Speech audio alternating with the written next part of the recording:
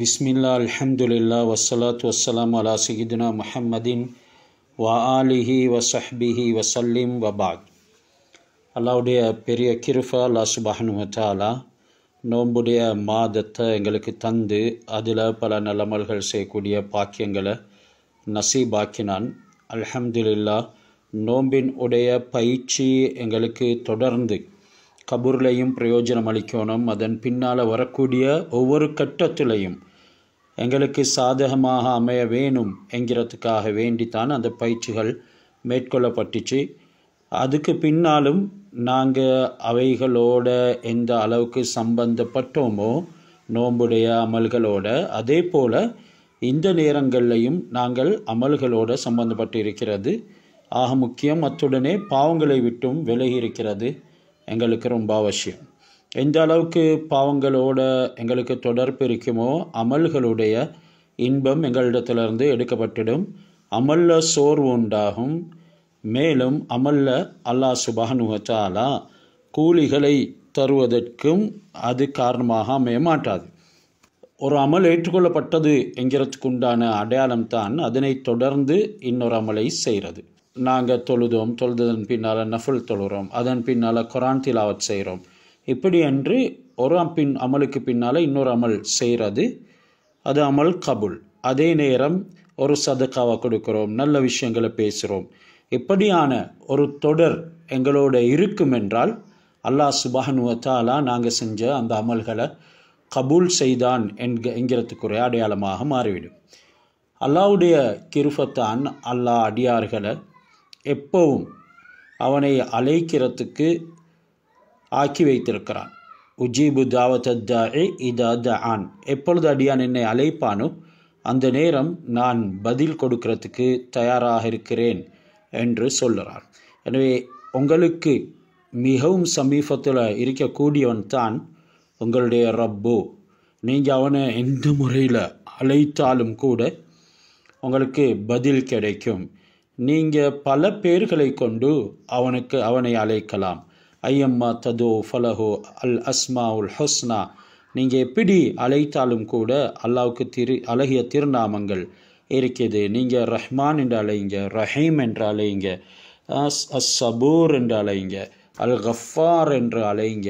எப்படி அழைத்தாலும் அல்லாஹ் சுப்ஹானஹு வ தஆலா எங்களுக்கு பதில் தர தயாராக இருக்கிறான். இவ்வளவு பேர்கள் அல்லாஹ் தனக்கு வச்சிருக்கிறதே அடியார்களுக்கு அல்லாஹ்வினுடைய கருணை எந்த அளவுக்கு படர்ந்து இருக்குது என்று சொல்லி காட்டுறதுக்கு தான். அல்ஹம்துலில்லா. அல்லாஹ்வுடைய கிருபையினால் மேலும் பல ரமலான்களை எங்களுக்கு அல்லாஹ்வுடைய பாக்கியங்களை தரணும். அதுக்காக எங்களுடைய உயிரை வாழ்நாளை அல்லாஹ் நீடித்து வைக்கணும். நாங்களும் நல்லமல்கள் ஓடத்தான் உயிர் வாழணும். யாருடைய நல்லமல்களோட வாழ்நாள் அதிகரிக்குதோ அவங்களுக்கு தான் அல்லாஹ் சுப்ஹானஹு வ தஆலா நலவை நாடியிருக்கிறான். இன்றைக்கு அதிகமானவர்கள் எங்களுடைய வாழ்க்கையில் இருக்கிறாங்க. அவங்களுக்கு வயது கூடுதலாக கிடைத்திருக்குது என்றாலும் கூட அந்த வயதின் மூலமாக எந்த பிரயோஜனமும் இல்லை. காரணம் என்னண்டா அவங்களுக்கு அதன் ஊடாக நல்லமல் கிடைக்கிற பாக்கியம் இல்லை. ஃபிரௌன் போன்றவங்க பல 100 வருடங்கள் வாழ்ந்தாங்க. கிட்டத்தட்ட 400க்கும் மேற்பட்ட வருடங்கள் வாழ்ந்தவன் தான் ஃபிரௌன் என்கிறவன். அவங்க நல்லமல்களில் ஈடுபட இல்லை, அல்லாஹ்வை ஏற்றுக்கொள்ள இல்லை. இதனால் லானத் செய்யப்பட்டவர்களுடைய கூட்டத்தில் ஆனாங்க. அந்த வாழ்நாள் அவர்களுக்கு பிரயோஜனம் அளிக்கலை. இதே மாதிரி நபிமார்கள் 1000 வருடங்கள் வயது கொடுக்கப்பட்டவர்கள் இருக்கிறாங்க. அவர்களுடைய அந்த வருட காலங்கள் அல்லாஹ்வுக்கு ரொம்ப பிரியமானதாக இருந்தது. காரணம் என்னென்னா அவங்க தன்னை முற்றுமுழுதாக நல்ல விடயங்களில் ஈடுபடுத்தி கொண்டாங்க. நாங்களும் எங்களை கூடுதலாக நல்ல விடயங்களில் ஈடுபடுத்தி கொண்டு எங்களுடைய குணநலங்களை அல்லாஹ்வுக்கு விருப்பமானதாக ஆக்கி கொள்றதுக்கு முயற்சி செய்யணும். இதனூடாக எங்களுடைய மைத்து சம்பவிக்கும் என்று இருந்தால் நிச்சயமாக அல்லாஹ் சுப்ஹானஹு வ தஆலா நல்லவருடைய கூட்டத்தில் எங்களையும் கபூல் செய்வான். யூசுப் அலைஹிஸ்ஸலாம் அவர்களை அவர்களுடைய சகோதரர்கள் அறிந்து கொள்கிறார்கள். காலு இன்னக லஅன்த யூசுப். அவங்க எல்லாரும் கேட்குறாங்க, நீங்கள் யூசுஃபா? கால அன யூசுஃபு வஹாதா அஹி. ஓ, நான் யூசுஃப், இது என்னுடைய சகோதரன். கது மன்னல்லாஹு அலைனா. அல்லாஹ் எங்களுக்கு உபகாரம் செய்து விட்டான்.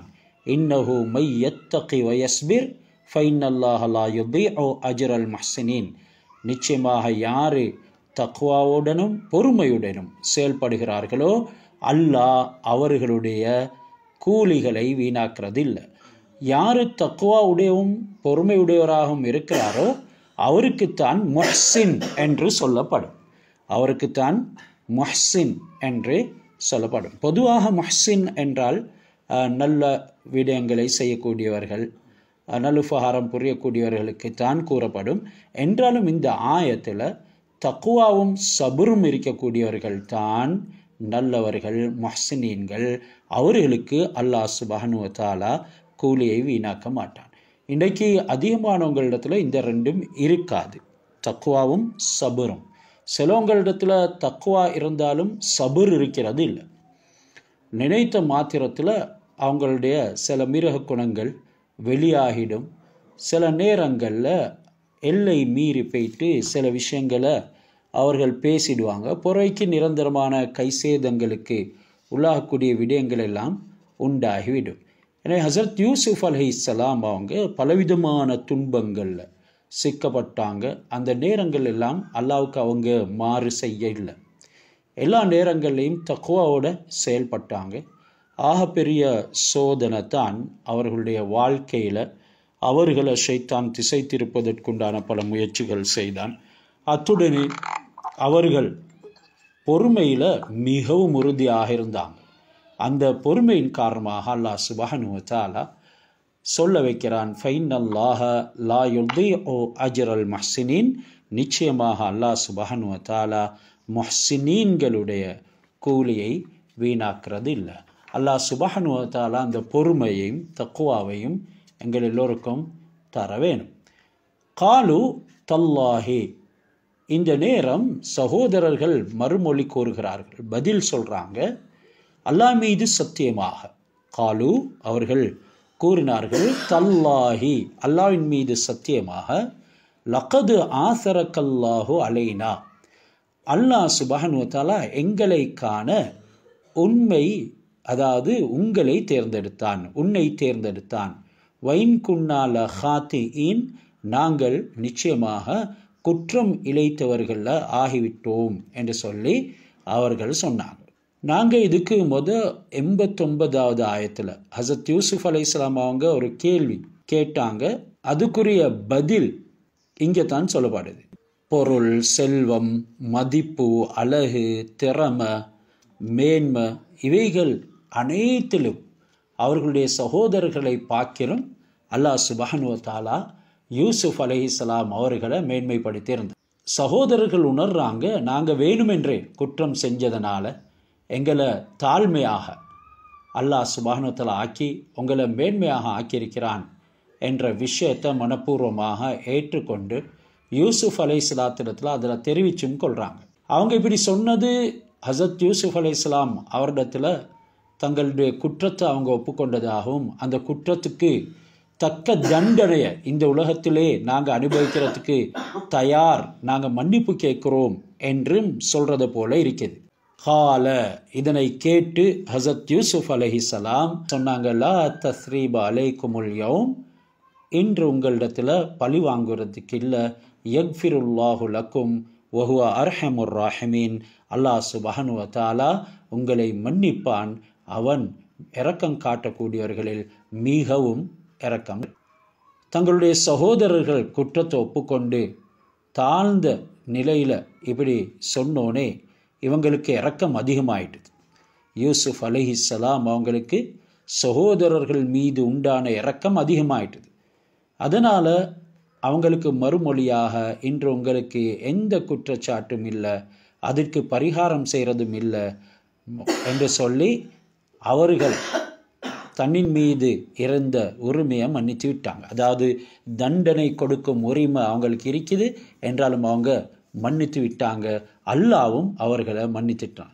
இதனால் அல்லாஹ் உங்களை மன்னிப்பானாக. யக்ஃபிருல்லாஹு லக்கும் லா தஸ்ரீப அலைக்குமுல் யௌம் யக்ஃபிருல்லாஹு லக்கும், அல்லாஹ் உங்களை மன்னிப்பானாக. வஹுவ அர்ஹமுர் ராஹிமீன் என்ற வார்த்தைகள் எல்லாம் ஹசரத் யூசுப் அலைஹிஸ்ஸலாம் பாவித்தாங்க. ஆரம்பத்தில் இவங்க நடந்து கொண்ட விதங்கள் யூசுப் அலைஹிஸ்ஸலாம் சொல்லி காட்டினாங்க. எப்படி நீங்கள் என்னோட நடந்து கொண்டீங்க என்றதையும் அவங்க ஞாபகப்படுத்தினாங்க. இறுதியில் அல்லாஹ் சுப்ஹானஹு வ தஆலா இவங்களுடைய அந்தஸ்தை உயர்த்தி இவங்களுக்கு அரச பதவியையும் கொடுத்து இப்போ ஒரு பெரிய அதிகார திறமையும் அவங்களுக்கு அல்லாஹ் ஏற்படுத்தி இருக்கும் பொழுதும் ஹசரத் யூசுப் அலைஹிஸ்ஸலாம் அவங்க தன்னுடைய சகோதரர்களை மன்னிக்கிறாங்க. இந்த விடயம் ஒரு முக்கியமான விஷயம்.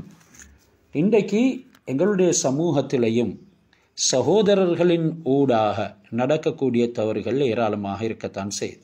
இந்த நேரங்களில் பல வருடக்கணக்கில் அவைகளை பாராட்டி கொண்டு பல பிரச்சனைகளுக்கு காரணம் அமைத்து கொண்டு இறுதியில் சந்ததிகள் கூட மௌத்தா போய் கொண்டிருக்குது. அவர்களுடைய பகமை இன்னும் வாழ்ந்து கொண்டு தான் இருக்குது.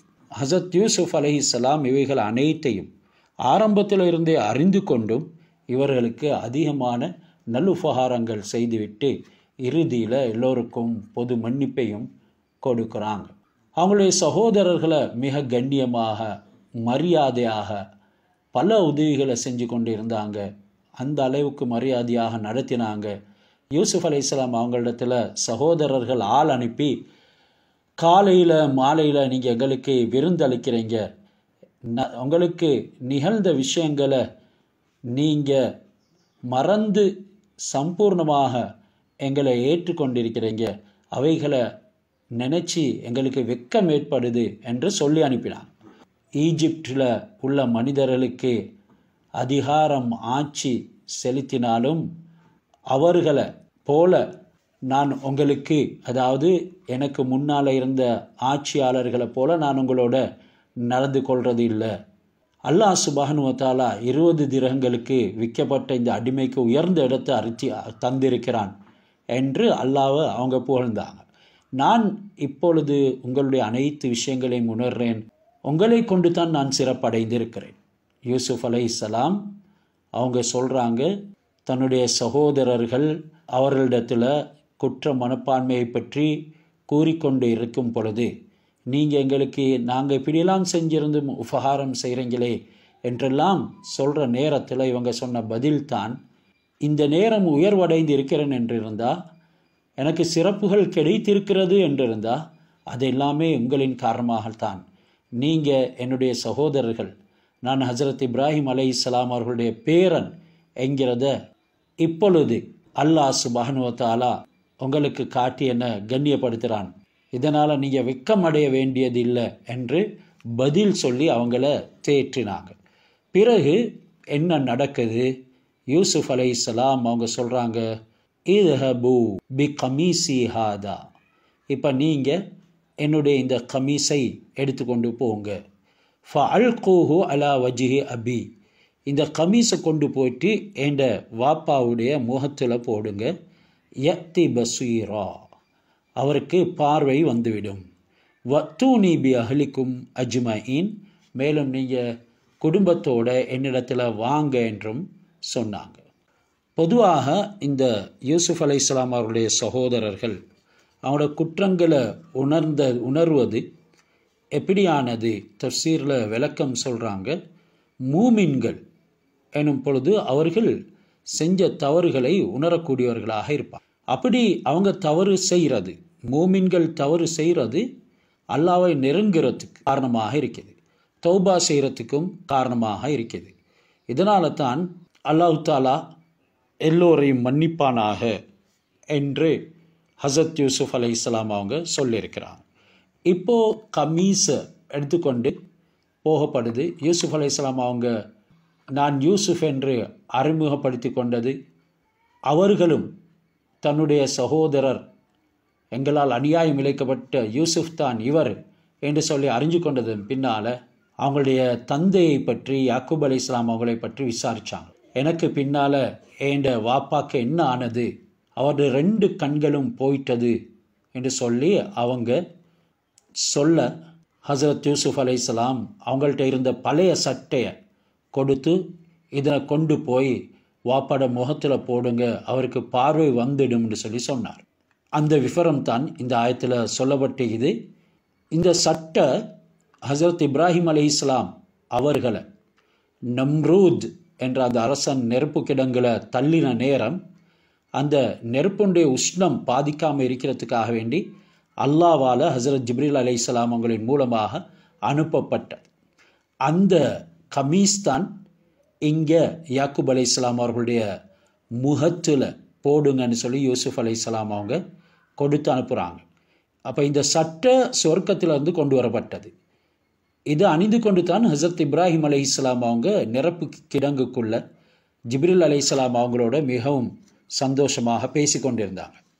இந்த சட்டை ஹசரத் இப்ராஹிம் அலைஹிஸ்ஸலாம் அவங்களுடைய மகன் இஸ்ஹாக் அலைஹிஸ்ஸலாம் அவங்களுக்கு கொடுத்திருந்தாங்க. ஹசரத் இஸ்ஹாக் அலைஹிஸ்ஸலாம் அவங்களுடைய மகன் யாக்கூப் அலைஹிஸ்ஸலாத்துக்கு கொடுத்திருந்தாங்க.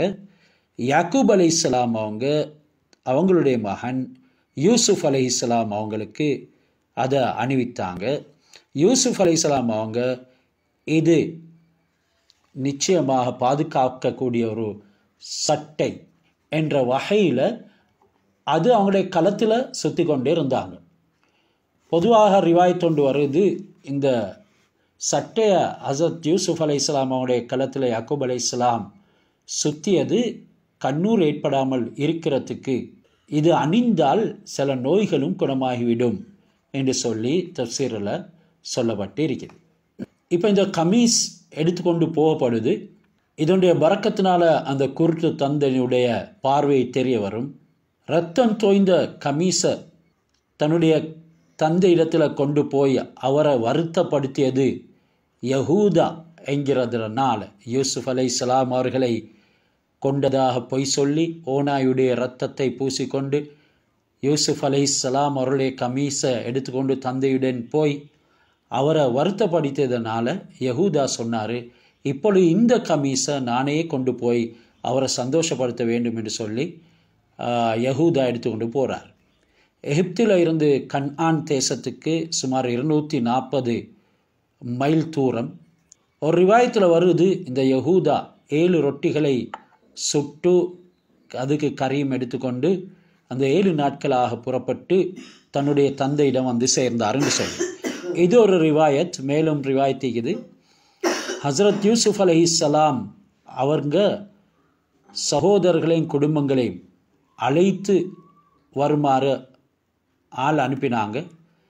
அதிகமான படைகள், தூதுவர்கள், 100க்கும் மேற்பட்ட வாகனங்கள், வழி செலவுக்காக வேண்டி பணம் எல்லாமே கொடுத்து அனுப்பியதாகவும் தஃப்சீருடைய விளக்கங்கள் சொல்லப்படுது. ஃபலம்மா ஃபஸலத்துல் ஈரு கால அபூஹும், இப்போ இந்த கூட்டம் யூசுப் அலைஹிஸ்ஸலாம் தயாரித்து அனுப்புகிறாங்க, சட்டையும் கொடுத்து அனுப்புகிறாங்க, குடும்பத்தையும் கூட்டி வருமாறு கூறுகிறாங்க. கூட்டம் வெளிக்கிளம்பியதும் அதுதான் இந்த ஆயத்தில் சொல்லப்படுது. வலம்மா ஃபஸலத்தில் ஈரு கால அபூஹும் இன்னீல அஜிது ரீஹ யூசுப் லௌலா அன் துஃபன்னிதூன், அந்த ஒட்டக தாவலம் பிரிந்த நேரம் நிச்சயமாக நான் யூசுஃபுடைய வாடையை உணர்கிறேன் என்று ஹசரத் யாக்கூப் அலைஹிஸ்ஸலாம் அவர்கள் சொன்னாங்க. லௌலா அன் துஃபன்னிதூன், நீங்கள் என்னைய அறிவு மங்கியவர் என்று கூறக்கூடாது, நீங்கள் என்ன அறிவு மங்கியவர் என்று கூறக்கூடாது என்ற வார்த்தையையும் சொன்னாங்க. இப்போ யஹூதா சட்டை எடுத்துக்கொண்டு வந்து புறப்பட்டு வாராரு. காற்று அல்லா இடத்துல சொல்லிச்சு, யா அல்லா, யாக்கூபுக்கு சட்டையை கொண்டு செல்றவர் அவர் வாழ்த்து சொல்லப்பட வேண்டியவர் தான், நான் அவருக்கு வாழ்த்து சொல்கிறேன் என்று துவா கேட்டு அனுமதி பெற்று அந்த சட்டையினுடைய வாடையை முட்கூட்டியே கொண்டு போயிட்டு. இதனால தான் அவர்கள் சொன்னார்கள், இன்னீல அஜிது ரீஹ யூசுப், நான் யூசுஃபுடைய காற்றை, ரேஹை, வாடையை உணர்கிறேன், பெற்றுக்கொள்கிறேன் என்று சொன்னான். காற்று முட்கூட்டியே அதை எடுத்து போனது. இந்த உலகத்தில் சொர்க்கத்து வாடை யூசுஃபுடைய சட்டையில் தவிர வேறு எங்கேயுமே இருக்கல. யாக்கூப் அலைஹிஸ்ஸலாம் அவங்க அதை அறிஞ்சு கொண்டாங்க. ஹசரத் யூசுப் அலைஹிஸ்ஸலாம் அவங்களுடைய வாடையை அவங்க உணர்வதாக அவங்களுடைய பேரர்களிடத்தில் சொன்ன நேரம், காலு தல்லாஹி இன்னக லஃபீ தலாலிக்கல் கதீம், அவர்கள் சொன்னாங்க, அல்லாஹ்வின் மீது ஆணையாக நீங்கள் இன்னும் அந்த பழைய தவறிலேயே இருக்கிறீங்க, இன்னும் நீங்கள் பழைய தவறிலேயே இருக்கிறீங்க. கஷ்டம் தீர்ந்து சுகம் வருகிற நேரம் மிகவும் தூரமான இடத்துல வந்து ஹசரத் யூசுப் அலைஹிஸ்ஸலாம் அவங்களுடைய வாடைய ஹசரத் யாக்கூப் அலைஹிஸ்ஸலாம் அவங்களுக்கு அல்லாஹு தாலா சேர்த்தான்.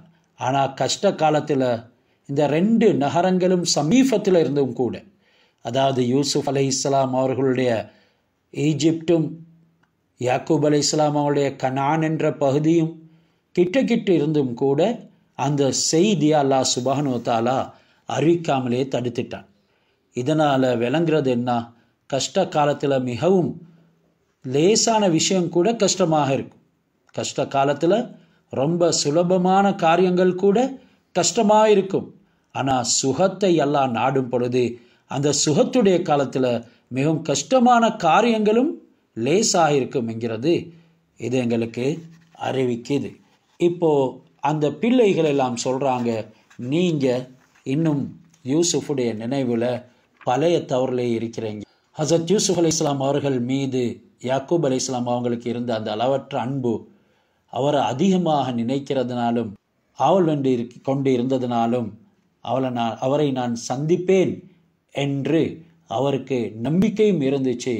அந்த பேரர்கள் எல்லாம் சொன்னாங்க, அந்த நம்பிக்கை தான் உங்களை இப்படி பேச வைக்கிது என்றாலும் அவர் மௌத்தாகித்தான் போயிட்டாரு என்று அவர்கள் சொன்ன நேரம் யாக்கூப் அலைஹிஸ்ஸலாம் அவர்களுடைய அந்த வார்த்தையில் உறுதியாகவே இருந்தார்கள். இன்னீல அஜிது ரீஹ யூசுப், நான் யூசுஃபுடைய வாடையை அடைகிறேன். ஃபலம்மா அன்ஜா அல் பஷீரு அல்காஹு அலா வஜிஹிஹி. இப்போ யஹூதா என்கிறவர் சட்டையை எடுத்துக்கொண்டு வந்து தந்தையுடைய முகத்தில் போட்டார். அது தான் இங்கே ஃபலம்மா அன்ஜா அல் பஷீரு, அந்த நன்மாராயன் சொல்லக்கூடியவர் என்றால் யஹூதா சட்டையை எடுத்து கொண்டு வந்து அல்காஹு அலா வஜிஹிஹி, தந்தையுடைய முகத்தில் போட்டார். ஃபர்தத்த பசீரா, அவர் பார்வையுடையவராக ஆகிவிட்டார்.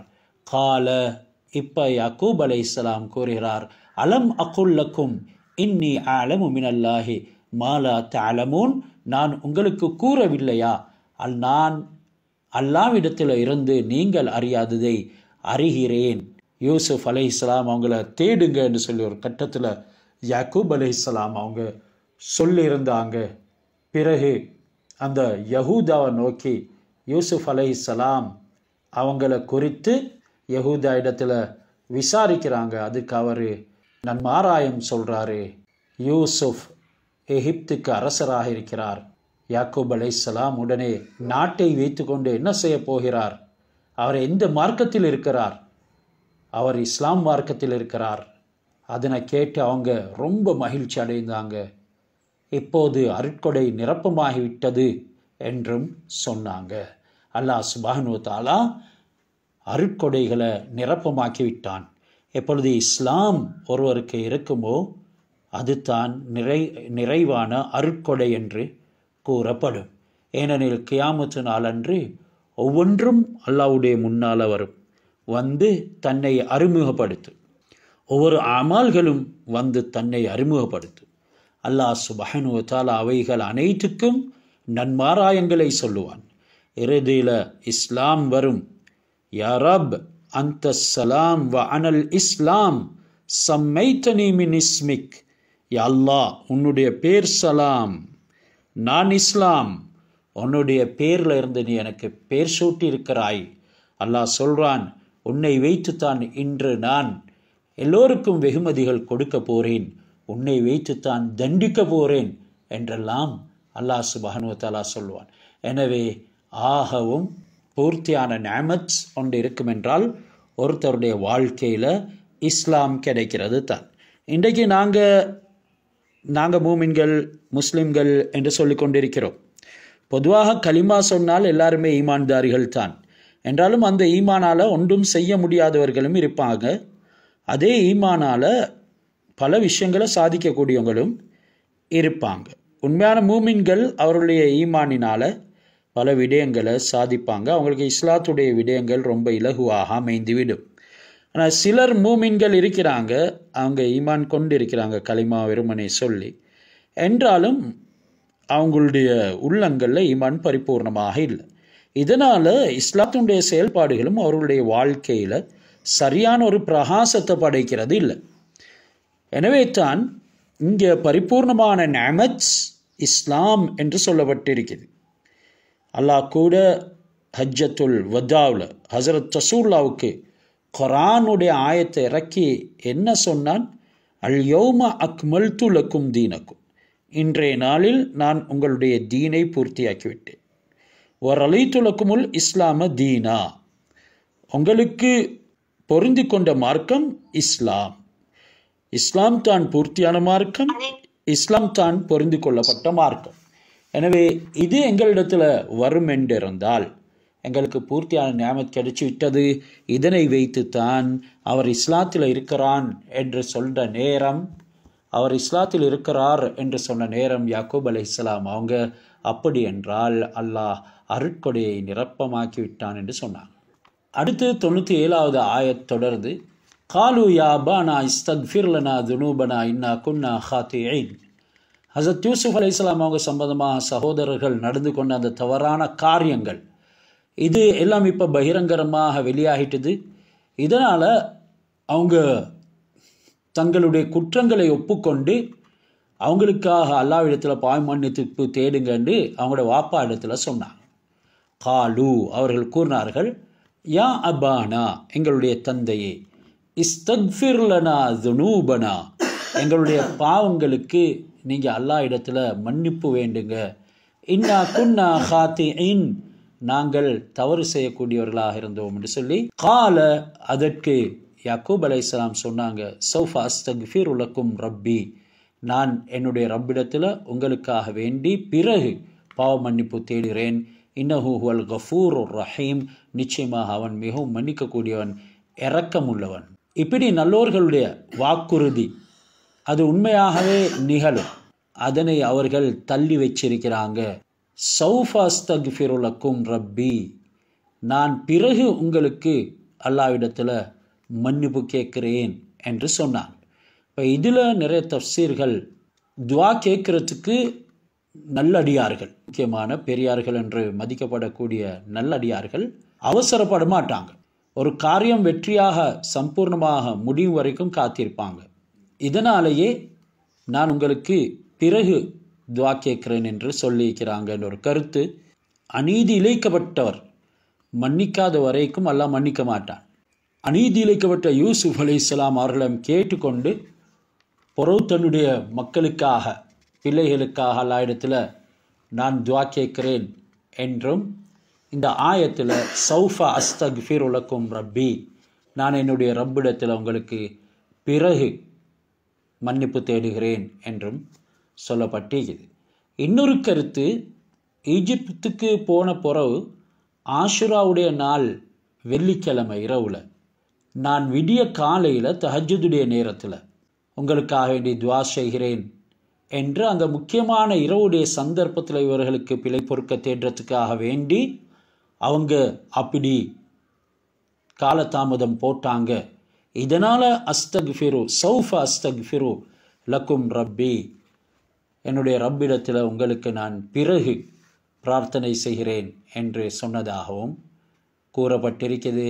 கடைசியில் அந்த நாள் ஆஷ்ராவுடைய வெள்ளிக்கிழமை இரவில் விடிய கால நேரத்தில் யாக்கூப் அலைஹிஸ்ஸலாம் அவங்க அல்லாஹ் இடத்துல யூசுஃபை குறித்து நான் பொறுமையாக இருந்து அழுந்து என்ற மக்கள் இறுதியில் அந்த தவறுகளை எல்லாம் உணர்ந்து என்னிடத்தில் வந்து மன்னிப்பும் கேட்டாங்க. யா அல்லாஹ், இப்போ அந்த கடனை நான் உன்னிடத்தில் நிறைவேற்றேன், அதாவது அவர்களுக்காக வேண்டி பிழை பொறுக்க தேடுகிறேன் என்று துவா செஞ்சாங்க.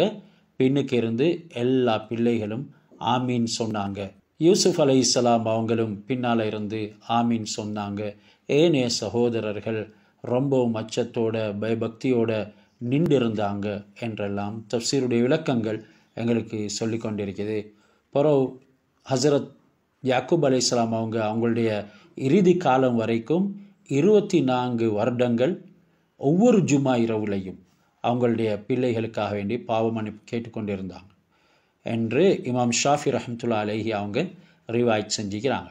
ஹஸரத் யூசுப் அலைஹிஸ்ஸலாம் அவங்க அவங்களுடைய சகோதரர்களுக்கு பார்த்து சொன்னாங்க, உங்களுக்கு அல்லாஹ் மன்னிப்பானாக, பிழை பொறுப்பானாக, அவன் என்னையும் என்னுடைய தந்தையையும் எல்லோரையும் பார்க்கணும் மகா கிருபையாளன், கொஞ்சமும் அல்லாஹ் சுப்ஹானஹு வ தஆலா உங்களின் மீது கோபம் கொள்ளக்கூடாது என்றெல்லாம் அவர்கள் தன்னுடைய சகோதரர்களுக்காக வேண்டி அல்லாஹ்விடத்தில் பிரார்த்தித்திருக்கிறாங்க.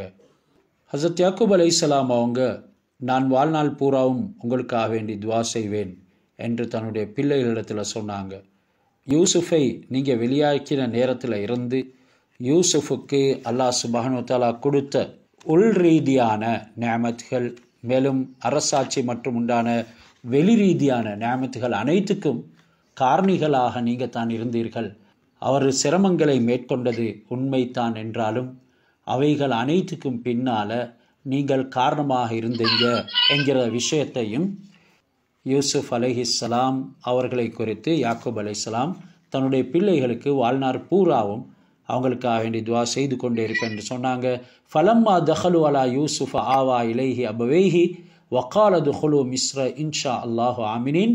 இப்பொழுது அவங்களுடைய உம்மா வாப்பா தாய் தந்தை 2 பேரை அழைத்து கொண்டு வர சொன்னது. எல்லோரும் சேர்ந்து வந்துட்டாங்க.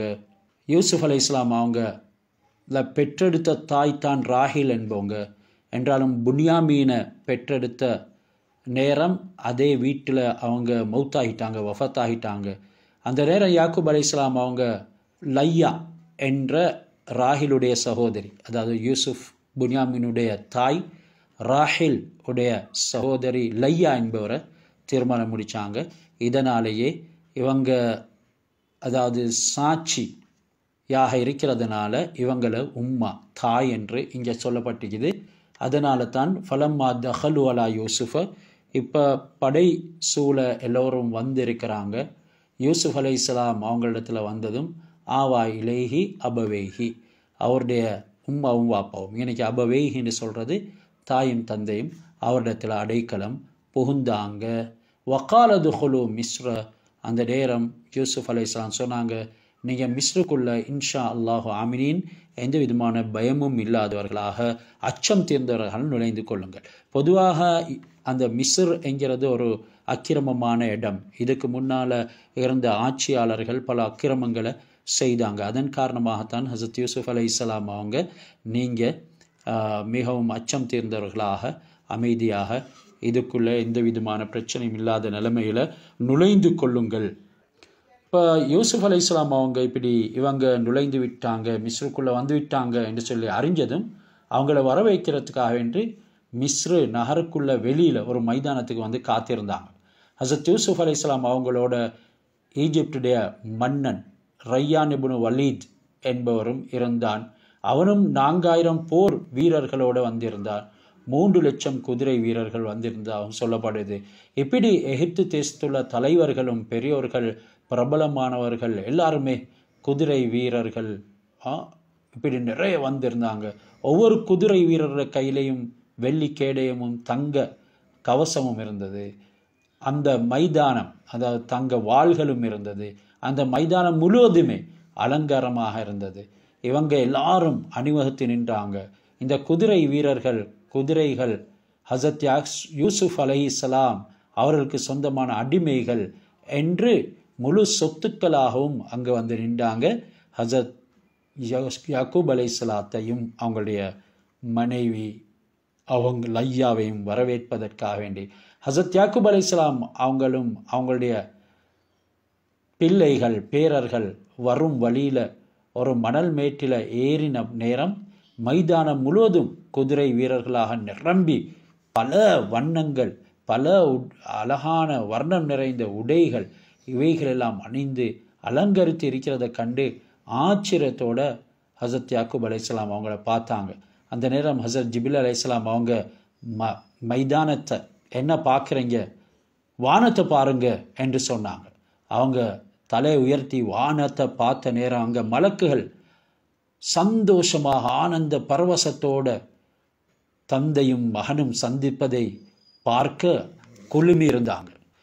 இவங்க எல்லாருமே யாக்கூப் அலைஹிஸ்ஸலாம் அவங்க யூசுஃபுடைய பிரிவால் அழுது வருந்திய காலம் முதல் அனுதாபம் தெரிவித்து பாராட்டி கொண்டே இருந்து கொண்டிருந்த மலாய்க்காமார்கள் அனுதாபம் பாராட்டி கொண்டே இருந்தாங்க, வருந்தி கொண்டே இருந்தாங்க.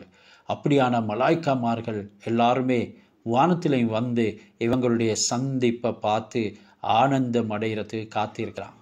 பிறகு யாக்கூப் அலைஹிஸ்ஸலாம் அவங்க குதிரை வீரர்களை பார்த்து, இவங்களில் யார் ஏண்ட புதல்வர் யூசுப் என்று சொல்லி கேட்குறாங்க. தலைக்கு மேலே குடை பிடிக்கப்பட்டிருப்பவர் தான் உங்களுடைய மகன் யூசுப் என்று ஹசரத் ஜிப்ரீல் அலைஹிஸ்ஸலாம் அவங்க தெரிவித்தாங்க.